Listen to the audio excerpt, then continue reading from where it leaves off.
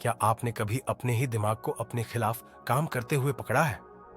जैसे कोई अनदेखी ताकत आपको उसी रास्ते पर खींचती है जिससे आप बचना चाहते हैं। आप सुबह उठते हैं ये सोचकर कि आज सब बदल जाएगा, लेकिन फिर वही पुराना दिन, वही पुरानी आदतें। क्या ये सचमुच आप ही हैं या फिर कोई और आपकी डोर खींच रहा है? आप देख रहे हैं इंस्पायर डाइजेस्ट, जहां हम किताबों को नहीं बल्कि उनके पीछे छिपे जिंदगी के गहरे कोट्स को पढ़ते हैं। ऑलिवर मैकेंड्रू की किताब the science of daily self discipline सिर्फ एक गाइड नहीं है, ये एक यात्रा है खुद के भीतर छिपे उस रहस्यमयी हिस्से तक जो सब जानता है, सब समझता है, लेकिन फिर भी अक्सर हार मान जाता है।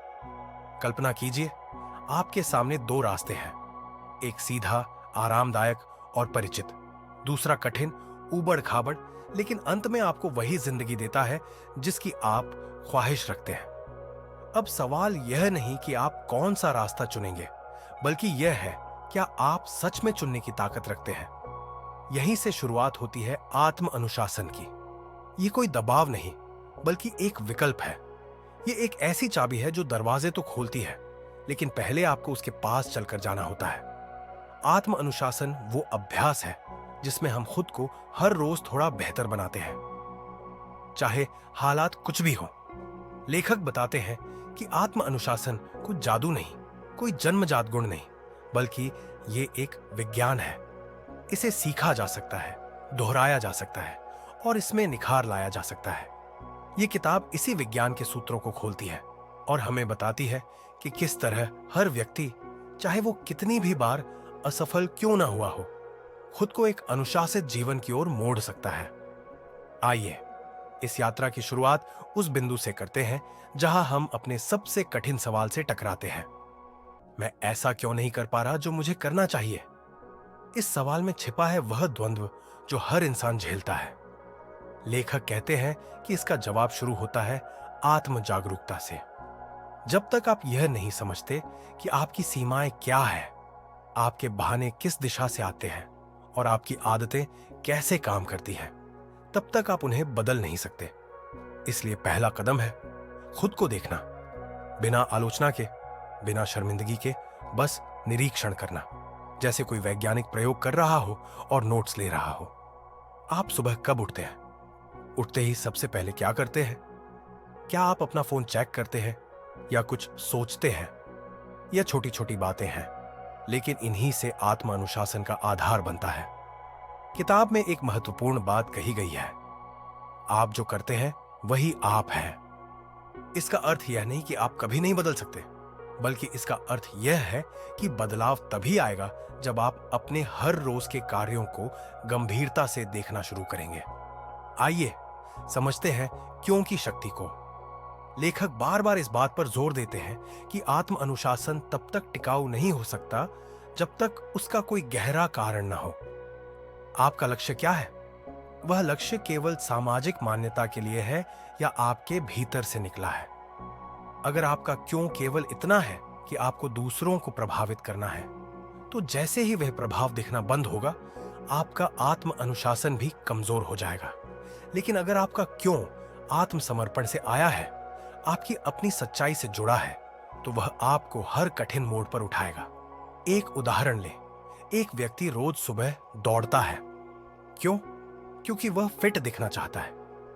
लेकिन एक दिन मौसम खराब हो गया या किसी ने उसका मजाक उड़ा दिया और वह रुक गया। वहीं दूसरा व्यक्ति दौड़ता है क्योंकि उसे अपने स्वास्थ्य के जरिए अपने बच्चों के साथ लंबी उम्र तक रहना है। उसका क्यों इतना गहरा है कि बारिश, थकान या आलोचना भी उसे रोक नहीं पाती। यही है आत्म अनुशासन की पहली नींव, एक अटल और व्यक्तिगत कारण। अब बात करते हैं छोटे कदमों की। लेखक का मानना है कि हम अक्सर असफल इसलिए होते हैं क्योंकि हम बहुत बड़ा लक्ष्य एक ही दिन में पूरा करना चाहते हैं, जैसे कि एक दिन में 5 किलो वजन घटाना या एक हफ्ते में किताब खत्म कर देना। लेकिन असल विज्ञान कहता है सफलता उन पर निर्भर करती है जो हर दिन थोड़ा थोड़ा आगे बढ़ते हैं। इस विचार को लेखक कहते हैं द कॉम्पाउंड इफेक्ट। कल्पना कीजिए, आप हर दिन सिर्फ 1% बेहतर हो जाते हैं, साल के अंत में आप 37 गुना बेहतर होंगे। ये कोई कल्पना नहीं, गणित है। और यही छोटी छोटी जीतें धीरे धीरे हमारे मस्तिष्क को फिर से प्रशिक्षित करती है। हमें यह विश्वास दिलाती है कि हम कर सकते हैं। आत्म अनुशासन कोई युद्ध नहीं है, यह तो एक खेल है जहां आपको रोज खेलना होता है, रोज थोड़ा जीतना होता है। आइए सुबह की बात करें। लेखक के अनुसार सुबह का पहला घंटा आपकी दिनचर्या को दिशा देता है। आप सुबह कैसे उठते हैं, क्या सोचते हैं, क्या करते हैं, यही तय करता है कि आपका दिन कितना अनुशासित होगा। बहुत से लोग सोचते हैं कि सुबह उठकर मेडिटेशन करना, एक्सरसाइज करना ही जरूरी है। लेकिन लेखक यह एक रोचक बात कहते हैं। जरूरी नहीं कि आप क्या करते हैं, जरूरी यह है कि वह चीज आपको आपके लक्ष्य की याद दिलाए। यह एक रिचुअल होना चाहिए, एक ऐसा क्रियाकलाप जिसे आप हर दिन दोहराते हैं और जो आपको मानसिक रूप से तैयार करता है। यह डायरी लेखन हो सकता है, किताब पढ़ना हो सकता है, या सिर्फ खामोशी में बैठकर सोचने का समय हो सकता है। महत्वपूर्ण बात यह है कि इस रिचुअल को आप लगातार करें, क्योंकि नियमितता ही आत्म अनुशासन की सबसे बड़ी शिक्षक होती है। लेखक इस बारे में एक गहरी बात कहते हैं। Discipline is not about control, it is about remembering who you are. यानी आत्म अनुशासन खुद को कंट्रोल करने की प्रक्रिया नहीं है, बल्कि यह खुद को याद दिलाने की प्रक्रिया है कि आप कौन हैं।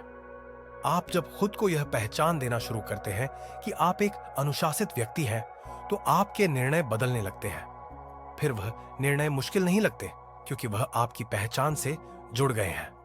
अब यहां आता है सबसे महत्वपूर्ण परिवर्तन, पहचान। लेखक कहते हैं कि जब तक आप खुद को एक अनुशासित व्यक्ति नहीं मानते, तब तक आत्म अनुशासन टिकाऊ नहीं बन सकता। यह केवल कार्य नहीं है, यह पहचान है। आपको खुद से यह नहीं कहना कि मुझे आज काम करना है, बल्कि यह कहना है कि मैं वह व्यक्ति हूं जो हर दिन अपने लक्ष्य के लिए काम करता है। इस छोटी सी भाषा की बदलाहट से मानसिकता बदलती है, और मानसिकता से व्यवहार, और व्यवहार से भविष्य। यही कारण है कि लेखक आत्म अनुशासन को एक विज्ञान मानते हैं। यह केवल इच्छा शक्ति का खेल नहीं है, यह न्यूरोसाइंस, मनोविज्ञान और व्यवहारिक पैटर्न का संयोजन है। आप अपने मस्तिष्क को कैसे इनपुट देते हैं, आप कौन सी भावनाओं को प्राथमिकता देते हैं, आप किस तरह के वातावरण में रहते हैं, ये सभी मिलकर तय करते हैं कि आपका आत्म अनुशासन कितना मजबूत होगा। अब बात करते हैं बाधाओं की। लेखक इस विषय में बहुत स्पष्ट है। आत्म अनुशासन का सबसे बड़ा दुश्मन परफेक्शनिज्म है।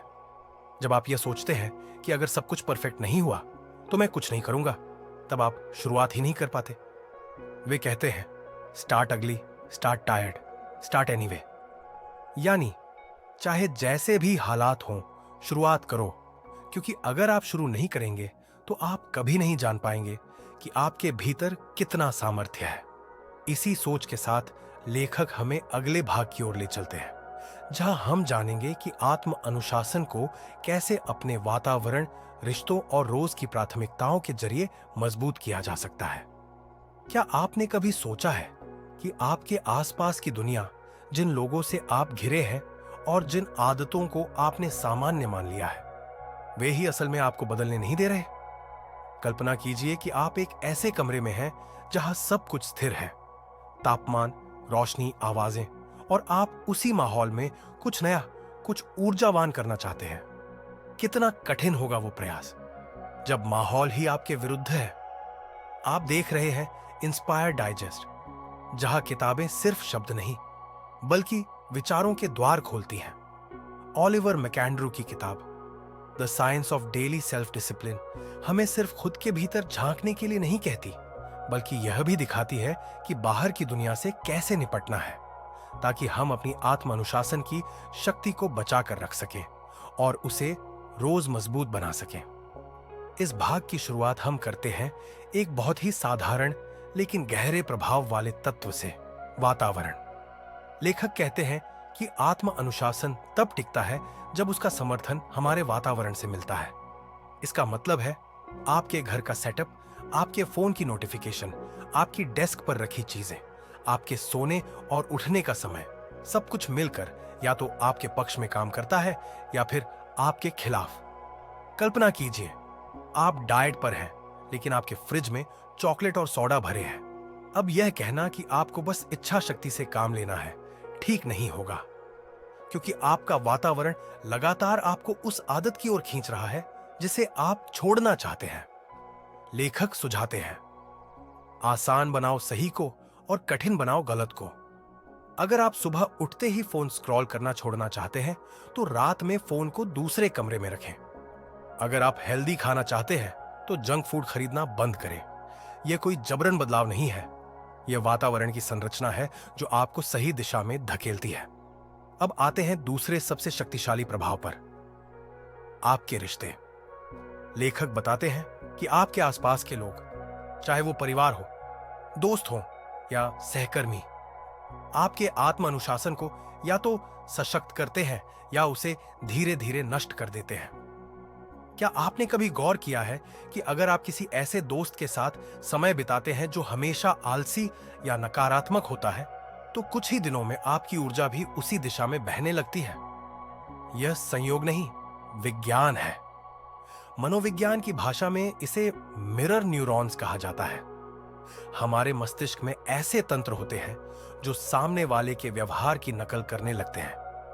यही कारण है कि अगर आप ऐसे लोगों के साथ रहते हैं जो अनुशासित हैं, जो लक्ष्य पर केंद्रित रहते हैं, तो आपका मस्तिष्क भी उन्हीं पैटर्न्स को अपनाना शुरू कर देता है।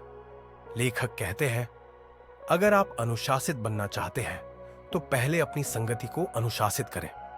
इसका मतलब यह नहीं कि आप अपने पुराने दोस्तों को छोड़ दें, बल्कि यह है कि आपको यह समझना होगा कि कब, कहां और किससे ऊर्जा लेनी है और कब दूरी बनानी है।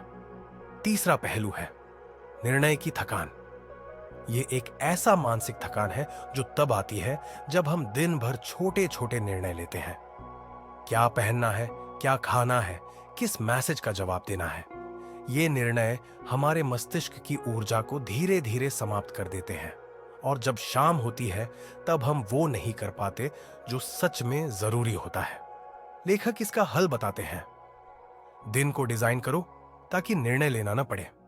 उदाहरण के लिए, हर दिन एक जैसा नाश्ता करना, कपड़ों की तैयारी पहले से कर लेना या सोशल मीडिया के टाइम्स निर्धारित करना। जब आप इन छोटे निर्णयों को ऑटो पायलट पर डाल देते हैं तो आपका मस्तिष्क दिन के बड़े और महत्वपूर्ण फैसलों के लिए तरोताजा रहता है। अब बात करते हैं इच्छा शक्ति की, जिसे अक्सर आत्म अनुशासन के साथ भ्रमित किया जाता है। लेखक स्पष्ट करते हैं कि इच्छा शक्ति सीमित है। ये एक बैटरी की तरह है जो हर निर्णय, हर विरोध में थोड़ा थोड़ा खत्म होती रहती है। इसलिए आत्म अनुशासन का विज्ञान यह कहता है कि आपको अपनी इच्छा शक्ति को बचाना नहीं, बल्कि बदलना है। यानी ऐसे सिस्टम बनाओ जो इच्छा शक्ति की आवश्यकता को कम कर दें। उदाहरण, अगर आप हर सुबह वर्कआउट करना चाहते हैं तो कपड़े रात में ही तैयार रखें। अलार्म को कमरे के कोने में रखें ताकि आपको उठकर बंद करना पड़े। ये छोटे सिस्टम आपको निर्णय लेने से पहले ही क्रिया में ले आते हैं। इस किताब में एक बेहद रोचक विचार सामने आता है, भावनाओं से पहले सिस्टम। इसका अर्थ है कि जब आप किसी चीज को अपनी भावना के आधार पर करने की कोशिश करते हैं तो आप अक्सर असफल होते हैं, क्योंकि भावना अस्थायी है, कभी ऊंची कभी नीची, लेकिन सिस्टम स्थायी होता है। वह आपको हर दिन उसी दिशा में ले जाता है, भले ही आप थके हों या निराश हों। अब कल्पना कीजिए, आप हर सुबह उठते हैं और सोचते हैं, क्या आज मुझे वर्कआउट करना चाहिए? उस क्षण आप थके हुए हो सकते हैं या प्रेरित ना हो और जवाब आएगा नहीं। लेकिन अगर आपने सिस्टम बना लिया है, हर सुबह 7 बजे मैं पार्क में होता हूं, तो आप सोचने की प्रक्रिया से ही बच जाते हैं।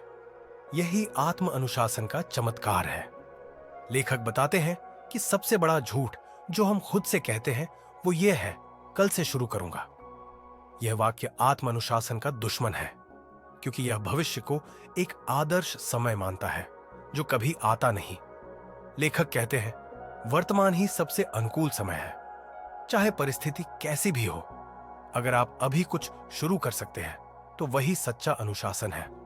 अब हम आते हैं उस हिस्से पर जहां लेखक हमें दिखाते हैं कि कैसे हमारा मानसिक संवाद, हमारी खुद से की गई बातें आत्म अनुशासन को आकार देती है।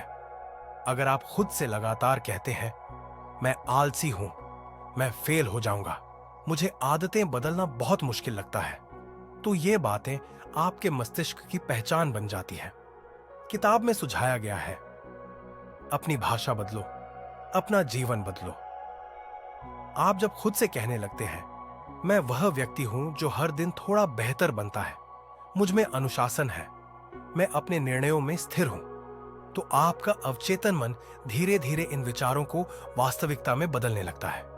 इस भाग के अंत में लेखक हमें एक प्रैक्टिस देते हैं जिसे आप भी आजमा सकते हैं। इसे कहते हैं आइडेंटिफाई, डिजाइन, एग्जीक्यूट। पहला चरण, आइडेंटिफाई। अपनी दिनचर्या में एक ऐसा क्षेत्र खोजें जहां आप अनुशासित नहीं हैं। दूसरा चरण, डिजाइन। उस क्षेत्र में बदलाव लाने के लिए एक छोटा सा सिस्टम बनाएं, ऐसा सिस्टम जो निर्णय लेने की आवश्यकता को कम करे। तीसरा चरण, एग्जीक्यूट। बिना भावना के सिर्फ कार्य पर ध्यान दें, चाहे मन करे या नहीं, उस सिस्टम का पालन करें। यह प्रक्रिया आसान लग सकती है, लेकिन यही वह बुनियाद है जिस पर आप अनुशासन का महल खड़ा करते हैं।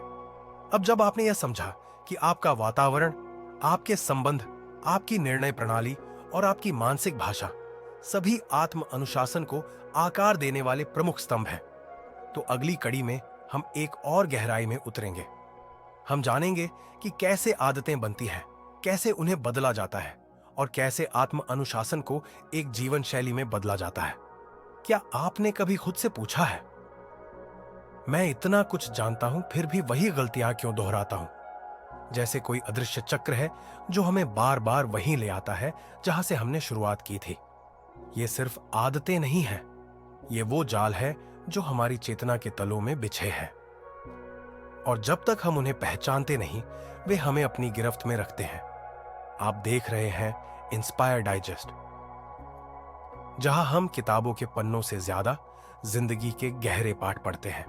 ऑलिवर मैकेंड्रू की किताब the science of daily self discipline की यह तीसरी यात्रा है, और इस भाग में हम जानेंगे कि आदतें कैसे बनती हैं, कैसे टूटती हैं और कैसे आत्म अनुशासन को महज एक कोशिश से एक जीवन शैली में बदला जा सकता है। लेखक हमें एक साधारण लेकिन बेहद ताकतवर सूत्र से परिचित कराते हैं। आप अपने लक्ष्यों के स्तर तक नहीं पहुंचते हैं, आप अपने प्रणालियों के स्तर तक गिरते हैं। यानी आप उतने सफल नहीं होते जितना बड़ा आपका सपना है, बल्कि आप उतने मजबूत होते हैं जितना स्थिर आपका सिस्टम है। आदतें हमारे जीवन की स्वचालित प्रतिक्रिया प्रणाली है। अगर हम सुबह बिना अलार्म के भी उठ जाते हैं या बिस्तर से उठते ही फोन चेक करते हैं, ये सब आदतें हैं। लेखक बताते हैं कि हर आदत के पीछे एक 3 चरणीय चक्र होता है। क्यू, संकेत, रूटीन, दिनचर्या, और रिवॉर्ड, इनाम। उदाहरण के लिए, संकेत, आपको बोरियत महसूस होती है। दिनचर्या, आप सोशल मीडिया स्क्रॉल करना शुरू करते हैं। इनाम, आपको थोड़ी देर के लिए डोपामाइन का झटका मिलता है और बोरियत दूर होती है। अब कल्पना कीजिए, अगर हम इस साइकिल को समझकर इसमें छोटे छोटे बदलाव करें तो क्या हम किसी भी आदत को बदल सकते हैं? जवाब है हां, लेकिन इसकी शुरुआत होती है चेतना से। लेखक कहते हैं कि आदतों को तोड़ने के लिए सबसे पहले उन्हें पहचानना जरूरी है। जब भी आप कोई आदत दोहराते हैं, खुद से यह सवाल करें, इसका संकेत क्या था? मैं इसे क्यों कर रहा हूं? मुझे इससे क्या मिल रहा है? जब आप यह समझ लेते हैं, तब आप इस आदत को तोड़ने की शक्ति हासिल करते हैं, क्योंकि आप अब केवल एक स्वचालित क्रिया नहीं कर रहे, आप एक चेतन निर्णय ले रहे हैं। अब बात करते हैं नई आदतों को बनाने की। लेखक बताते हैं कि नई आदत की सफलता इस बात पर निर्भर करती है कि वह कितनी स्पष्ट, सरल और आकर्षक है। आप अगर रोज पढ़ना चाहते हैं तो किताब को तकिए के पास रखें। अगर आप सुबह जल्दी उठना चाहते हैं तो अलार्म को ऐसे रखें कि आपको बिस्तर छोड़ना पड़े। यह छोटे डिजाइनों का खेल है, जहां हम अपने वातावरण को इस तरह ढालते हैं कि वह नई आदत को समर्थन दे। लेखक हैबिट स्टैकिंग का विचार भी प्रस्तुत करते हैं, यानी एक नई आदत को किसी पुरानी स्थिर आदत से जोड़ देना। जैसे जब मैं सुबह चाय बनाऊंगा तब मैं 2 मिनट ध्यान करूंगा, या जब मैं दांत साफ करूंगा तब मैं 3 बार गहरी सांस लूंगा। ये जोड़ आपके मस्तिष्क को नए संकेत देते हैं और आदतों को स्थिर करने में मदद करते हैं। अब आते हैं आत्म अनुशासन और आत्म करुणा के संतुलन पर। अक्सर जब हम अनुशासित नहीं हो पाते तो खुद को कोसते हैं, शर्मिंदा होते हैं। लेकिन लेखक कहते हैं कि आत्म करुणा यानी खुद को समझना, स्वीकारना और प्यार देना आत्म अनुशासन की सबसे बड़ी सहयोगी है। जब आप गिरते हैं तो खुद से यह कहना कि मैं इंसान हूं, मैं सीख रहा हूं, यह आपको अगले दिन फिर उठने की ताकत देता है। आत्म अनुशासन कोई निर्दय सैनिक नहीं, यह एक दयालु शिक्षक है। अब एक गहरी बात, लेखक कहते हैं कि आदतें केवल व्यवहार नहीं बदलती, वे पहचान बदलती हैं। जब आप रोज लिखते हैं तो आप केवल एक लेखक की तरह व्यवहार नहीं करते, आप खुद को लेखक मानने लगते हैं। जब आप हर दिन कसरत करते हैं तो आप केवल एक्सरसाइज नहीं कर रहे, आप खुद को एक फिट व्यक्ति मानने लगते हैं। यही पहचान आत्म अनुशासन को टिकाऊ बनाती है, क्योंकि तब आप यह नहीं सोचते कि मुझे यह करना है, बल्कि यह सोचते हैं कि मैं ऐसा करता हूं क्योंकि यही मैं हूं। इस भाग में लेखक एक मंत्र देते हैं, आइडेंटिटी फर्स्ट, हैबिट्स सेकंड। यानी पहले खुद को वह व्यक्ति मानिए जो आप बनना चाहते हैं, फिर आदतें अपने आप आकार लेने लगेंगी। कल्पना कीजिए, आप हर दिन खुद से कहते हैं, मैं वह हूं जो हर परिस्थिति में अपने लक्ष्य की दिशा में काम करता हूं। मैं एक ऐसा इंसान हूं जो मुश्किलों से नहीं डरता, मैं अपने वचनों का सम्मान करता हूं। इन वाक्यों में सिर्फ शब्द नहीं है, ये एक नई मानसिक वास्तुकला है जो हर दिन आपकी वास्तविकता का ढांचा बनाती है। अब एक अत्यंत व्यावहारिक पक्ष, ट्रैकिंग।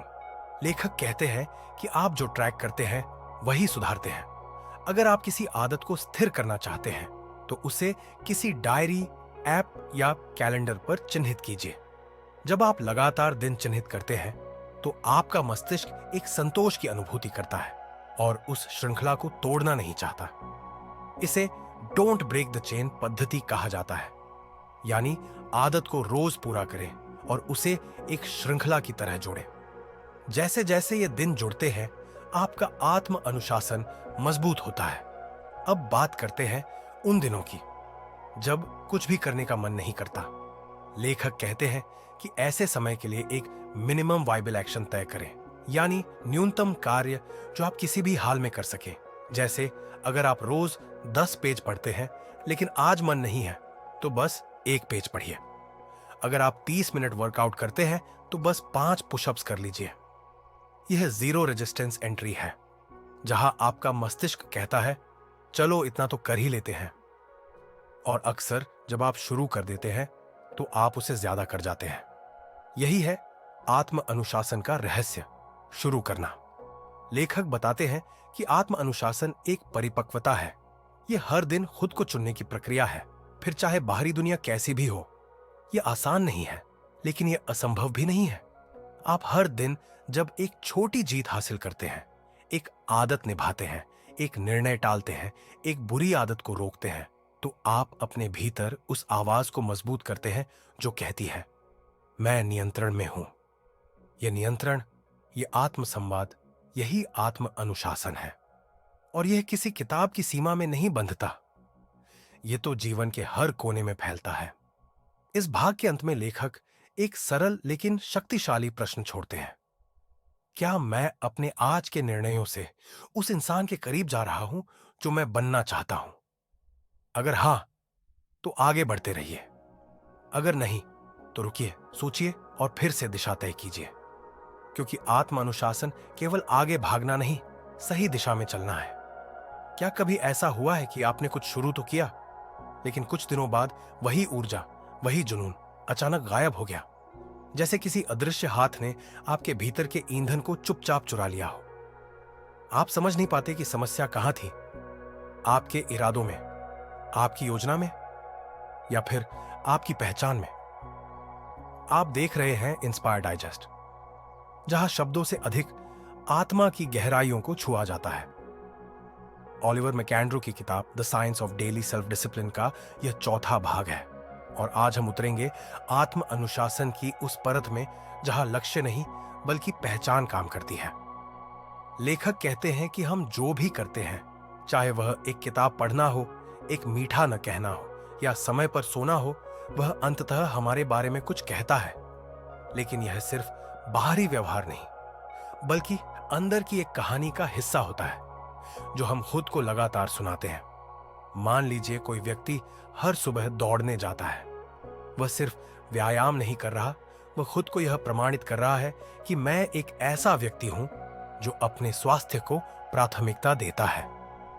यही बात लेखक की सबसे सशक्त अवधारणा तक ले जाती है। सेल्फ डिसिप्लिन की नींव सिर्फ आदतों पर नहीं, पहचान पर टिकती है। लेखक कहते हैं, व्यवहार वोट है जो आप बनना चाहते हैं व्यक्ति के लिए। यानी हर व्यवहार एक वोट है उस व्यक्ति के पक्ष में जो आप बनना चाहते हैं।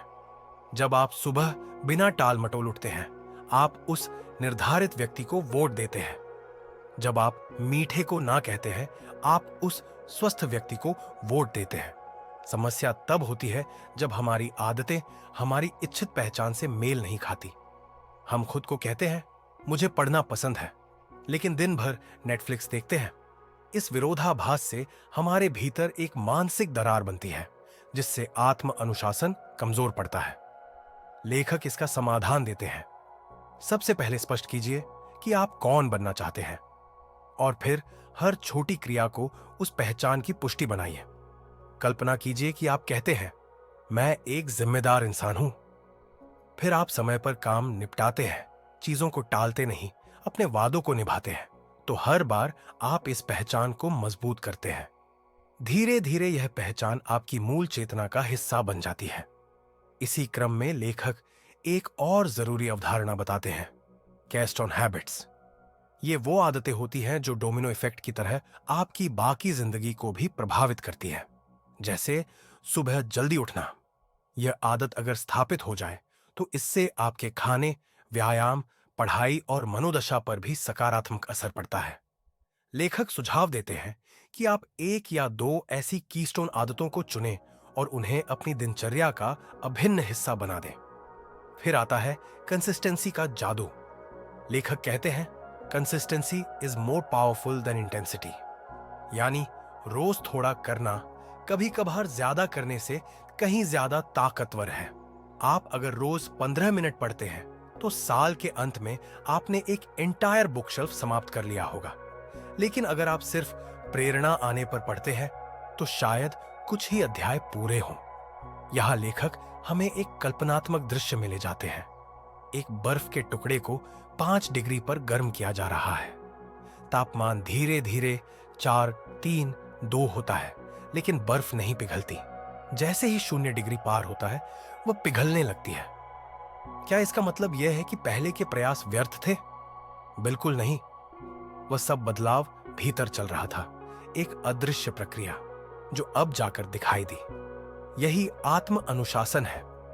यह रोज रोज की अदृश्य मेहनत है जो एक दिन स्पष्ट रूप से बदल देती है आपकी जिंदगी को। अब बात करते हैं लक्ष्य और प्रणालियों के अंतर की। लेखक कहते हैं, लक्ष्य तय करते हैं क्या पाना है, जबकि प्रणाली तय करती है कैसे पाना है। अधिकांश लोग लक्ष्य तय करते हैं लेकिन प्रणाली नहीं बनाते और यहीं वे असफल हो जाते हैं। मान लीजिए आप कहते हैं, मुझे 10 किलो वजन कम करना है। यह एक लक्ष्य है, लेकिन प्रणाली होगी, मैं हर दिन सुबह 6 बजे वॉक पर जाऊंगा, शाम 7 बजे के बाद कुछ नहीं खाऊंगा और हर रविवार अपना वजन रिकॉर्ड करूंगा। प्रणाली आपको प्रतिदिन क्रिया में लाती है, लक्ष्य सिर्फ दिशा देता है। लेखक यहां एक बात और जोड़ते हैं, सही प्रणाली आपको ऐसे परिणाम देती है जो लक्ष्य से कहीं बेहतर होते हैं। जैसे अगर आप सिर्फ वजन कम करने पर ध्यान देंगे तो वह पूरा होते ही आप ढीले पड़ सकते हैं। लेकिन अगर आप प्रणाली अपनाते हैं, जैसे हेल्दी लाइफस्टाइल, तो आप दीर्घकालिक स्वास्थ्य प्राप्त करते हैं जो लक्ष्य से भी ऊपर की चीज है। अब आते हैं एक कठिन लेकिन जरूरी क्षेत्र में, विफलता से निपटना। आत्म अनुशासन की सबसे बड़ी परीक्षा तब होती है जब आप असफल होते हैं। लेखक कहते हैं, failure is not the end, it's feedback. यानी विफलता कोई अंत नहीं, बल्कि एक सूचना है कि क्या नहीं काम कर रहा। यहां वे एक उदाहरण देते हैं। मान लीजिए आपने तय किया था कि आप रोज जिम जाएंगे, लेकिन आप 2 दिन नहीं गए। अब 2 रास्ते हैं। या तो खुद को कोसिए, निराश हो जाइए, या फिर बैठिए, सोचिए क्या बाधा थी, क्या समय की गड़बड़ी थी, क्या ऊर्जा कम थी, फिर समाधान खोजिए। लेखक हमें सिखाते हैं कि आत्म अनुशासन कोई कठोर शिलालेख नहीं है। यह एक लचीलापन है। यह उस पेड़ की तरह है जो आंधी में झुकता है लेकिन टूटता नहीं। अगर आप गिरे तो यह खुद को कोसने का समय नहीं, यह खुद को समझने का समय है। इसी संदर्भ में लेखक हमें एक अत्यंत शक्तिशाली अभ्यास देते हैं, रिफ्लेक्शन जर्नलिंग। इसका अर्थ है हर दिन के अंत में 5 मिनट यह लिखना, आज मैंने क्या सही किया, कहां मैं बेहतर कर सकता था, कल मैं क्या एक चीज बेहतर करूंगा। यह अभ्यास न केवल आत्म जागरूकता लाता है, बल्कि यह आपकी आदतों और व्यवहारों का एक आत्म नक्शा भी बनाता है। लेखक एक और अंतर्दृष्टि साझा करते हैं। आत्म अनुशासन कोई एकल लड़ाई नहीं है। इसके लिए सहयोग, संरचना और कभी-कभी मार्गदर्शन भी चाहिए होता है। वे सलाह देते हैं कि आप एक अकाउंटेबिलिटी पार्टनर रखें, कोई ऐसा व्यक्ति जिसे आप अपनी योजनाओं के बारे में बताएं और जो समय समय पर आपको ट्रैक करे। यह बाहरी जांच आपके भीतरी अनुशासन को मजबूत करती है।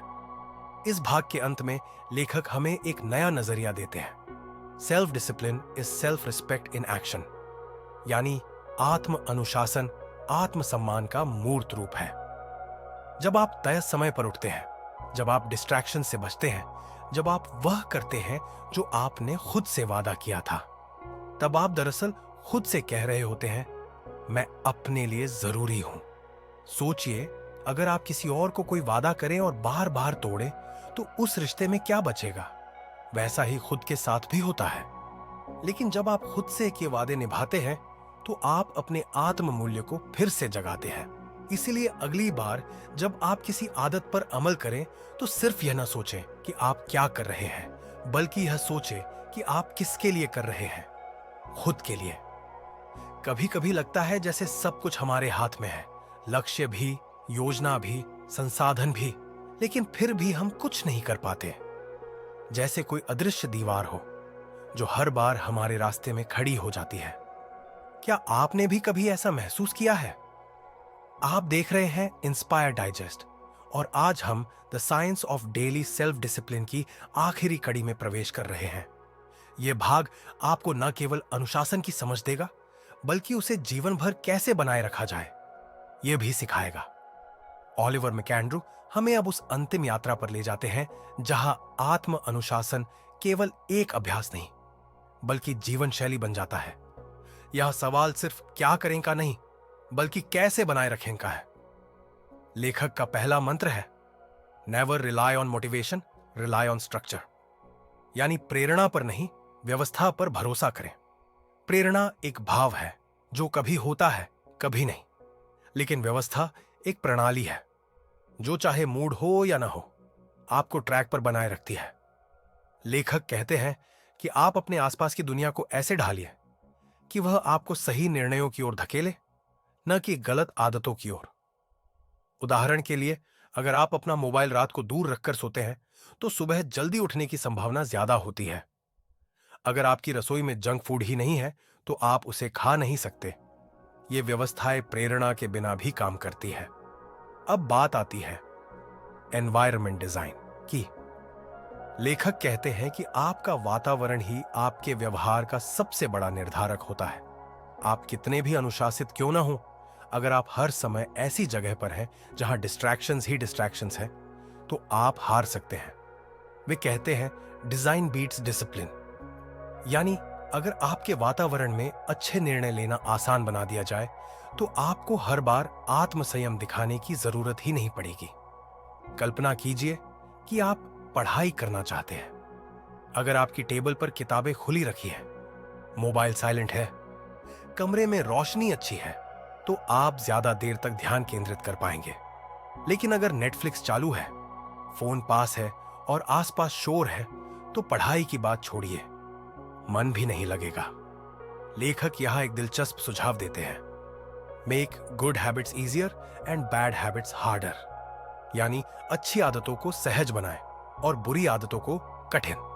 अगर आप हर बार मीठा खाने के लिए 5 सीढ़ियां चढ़कर किसी कोने से लाना पड़े तो शायद आप आलसी पड़ जाएं। लेकिन अगर वही मीठा सामने टेबल पर रखा हो तो आपका मन तुरंत पिघल सकता है। आत्म अनुशासन सिर्फ ना कहने की शक्ति नहीं है, बल्कि उसे कहने की जरूरत ही न पड़े ऐसा माहौल बनाना भी है। अब बात करते हैं ऊर्जा प्रबंधन की। लेखक मानते हैं कि अनुशासन की विफलता अक्सर इरादों की कमी से नहीं, बल्कि थकान से होती है। जब हम थके होते हैं, मानसिक या शारीरिक रूप से, तो हमारे निर्णय लेने की क्षमता घट जाती है। इसे डिसीजन फैटीग कहते हैं। इसका उपाय है दिन की शुरुआत में सबसे जरूरी काम करना। जब आपकी ऊर्जा सबसे अधिक होती है, तभी आप सबसे कठिन निर्णय और सबसे महत्वपूर्ण कार्य करें। जैसे जैसे दिन ढलता है, वैसे वैसे रचनात्मक कार्यों को सरल और स्वचालित कार्यों से बदल दें। लेखक एक और बेहतरीन सुझाव देते हैं, हैबिट स्टैकिंग। इसका मतलब है किसी पुरानी आदत के साथ एक नई आदत को जोड़ देना। जैसे अगर आप रोज सुबह चाय पीते हैं तो उसी समय 5 मिनट ध्यान लगाने की आदत जोड़ दें। या अगर आप रात को ब्रश करते हैं तो उसके बाद जर्नल लिखने की आदत डालें। जब आप नई आदत को एक पुराने रूटीन के साथ बांधते हैं तो वह जल्दी स्थायी बनती है और यह अनुशासन को सहज बना देता है। अब आते हैं आइडेंटिटी रीइंफोर्समेंट पर। लेखक बताते हैं कि आदतें बदलने से पहले पहचान बदलनी चाहिए। हर बार जब आप अनुशासन से जुड़ा काम करते हैं तो आप अपनी उस नई पहचान को मजबूत करते हैं। जैसे हर बार जब आप समय पर सोते हैं तो आप एक जिम्मेदार इंसान की छवि अपने भीतर गढ़ते हैं। लेकिन क्या यह हमेशा आसान होगा? बिल्कुल नहीं। लेखक कहते हैं कि आत्म अनुशासन कोई सीधी रेखा नहीं है। इसमें गिरावटें, असफलताएं, थकान और उलझनें आती हैं। लेकिन फर्क यह है कि अनुशासित व्यक्ति वहां भी हार नहीं मानता। वह अस्थायी असफलता को स्थायी पहचान नहीं बनने देता। वे सुझाव देते हैं, track your streaks but don't be obsessed. यानी अपनी निरंतरता का हिसाब रखें, लेकिन अगर कभी रुक जाए तो खुद को क्षमा भी करें। कभी कभी एक दिन का विश्राम आपके अनुशासन को दीर्घकालिक बनाए रखने का साधन बन सकता है। यहां लेखक एक और जरूरी बात कहते हैं, सेलिब्रेट स्मॉल विंस। यानी छोटे छोटे सफलताओं को भी मनाइए। जब आप किसी आदत को 1 हफ्ते तक निभा लें तो खुद को थोड़ा सा रिवॉर्ड दीजिए। यह मानसिक रूप से आपको प्रेरित रखता है और अनुशासन को बोझ नहीं बनने देता। अब हम आते हैं उस सबसे अंतिम और गहरे विषय पर, प्रपोज। लेखक कहते हैं, जब तक आपके अनुशासन का कोई अर्थ नहीं है तब तक वह दीर्घकालिक नहीं हो सकता। अगर आप सिर्फ इसलिए सुबह उठ रहे हैं कि कोई किताब ने ऐसा कहा, तो वह आदत लंबे समय तक नहीं टिकेगी। लेकिन अगर आप जानते हैं कि आपकी सुबह की दिनचर्या आपको एक बेहतर इंसान बना रही है, जो आपके बच्चों के लिए मिसाल बनेगा, तो वह अनुशासन पवित्रता में बदल जाता है। यहां लेखक कहते हैं, discipline without meaning is punishment, discipline with purpose is devotion. यानी अर्थहीन अनुशासन दंड है, लेकिन उद्देश्यपूर्ण अनुशासन भक्ति है। इसीलिए आत्म अनुशासन को बनाए रखने का सबसे बड़ा रहस्य यह है, जानिए कि आप यह सब क्यों कर रहे हैं। क्या आप अपने जीवन में स्पष्टता चाहते हैं? क्या आप अपने भीतर एक ऐसी शक्ति जगाना चाहते हैं जो परिस्थितियों से ऊपर उठ सके? क्या आप अपने परिवार, समाज और खुद के लिए एक आदर्श बनना चाहते हैं? अगर हां, तो अनुशासन को बोझ नहीं, एक वरदान समझिए।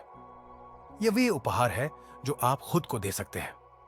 लेखक अंत में एक गहरा भाव छोड़ते हैं, one disciplined person can transform not just their own life but generations to come. यानी एक अनुशासित व्यक्ति सिर्फ अपनी नहीं, बल्कि आने वाली पीढ़ियों की तकदीर बदल सकता है। अब यह आप पर है, आप क्या चुनते हैं? टाल मटोल, अस्थायी सुख और अनियमितता, या एक ऐसा जीवन जो सशक्त, स्थिर और सार्थक हो? यह यात्रा यहीं समाप्त नहीं होती। आत्म अनुशासन की कहानी हर दिन, हर निर्णय, हर विचार में लिखी जाती है। आप अभी भी लेखक हैं और कल का पन्ना खाली है। जाइए, उसे अपने अनुशासन से भर दीजिए। अगर आपको यह वीडियो पसंद आया हो तो कृपया लाइक करें, शेयर करें और इंस्पायर डाइजेस्ट को सब्सक्राइब करें। आपके एक क्लिक से हमें अगली प्रेरणादायक किताब लाने की ताकत मिलती है। धन्यवाद।